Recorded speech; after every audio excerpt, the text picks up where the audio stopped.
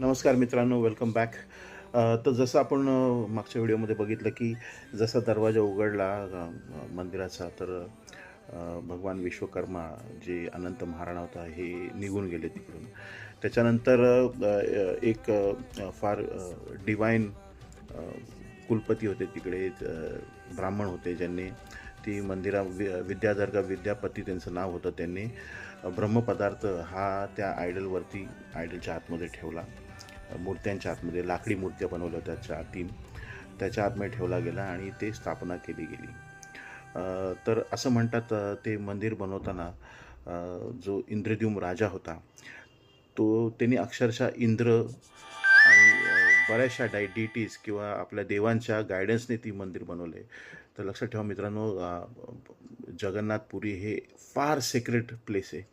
आणि पुरीच का सिलेक्ट केलं, तर असं म्हणतात की निचला जी जागा आहे, जी मंदिर जिकडे बनलं आहे, ते या पृथ्वीची बेंबी मानली जाते. आपण इझी नेवल इंग्लिशमध्ये बोललो तर नेवल ऑफ शरीराचं जे नेवल असतं, बेंबी असते, तर या पृथ्वीची बेंबी मानली जाते.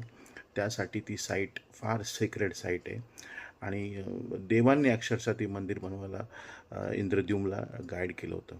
तर प्रत्येक वर्षी भगवान जगन्नाथ आपल्या बहीण आणि भावासकट लोकांना दर्शन देण्यासाठी ती यात्रा निघते. बघतो आपण, ती गाडं ओढलं जातं आणि ते गाडं ओढलं फार ऑस्पिशियस आणि फार सेक्रेड मानलं जातं.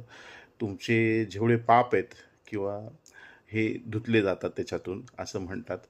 तर फार डिवाईन गोष्ट आहे बघा. आणि आणि असं म्हणलं जातं की कलियुगाचा राजा, या पृथ्वीचा राजा, या जगाचा राजा हे भगवान जगन्नाथ आहेत. तर जर तुम्हाला चान्स मिळाला तर नक्की व्हिजिट करा जगन्नाथपुरीला. फार डिवाईन प्लेसेस आहेत एकदम. It's very divine place and you will feel the presence of God. तुम्हाला प्रेझन्स वाटेल, डिव्हिनिटीचा प्रेझन्स वाटेल तुम्हाला. आणि अजून एक सांगतो तुम्हाला, 3 मूर्त्या का ठेवल्या गेल्या, तर as a body, as a शरीर म्हणून कृष्णा इज अ सोल. कृष्णाचे जे मूर्ती आहे इज अ सोल, आणि बालभद्रांची मूर्ती इज अ बॉडी, आणि Subhadra is a mind. So that's make a whole body.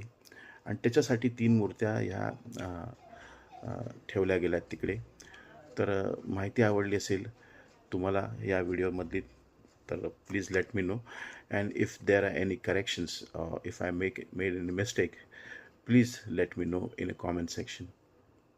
Thank you for now.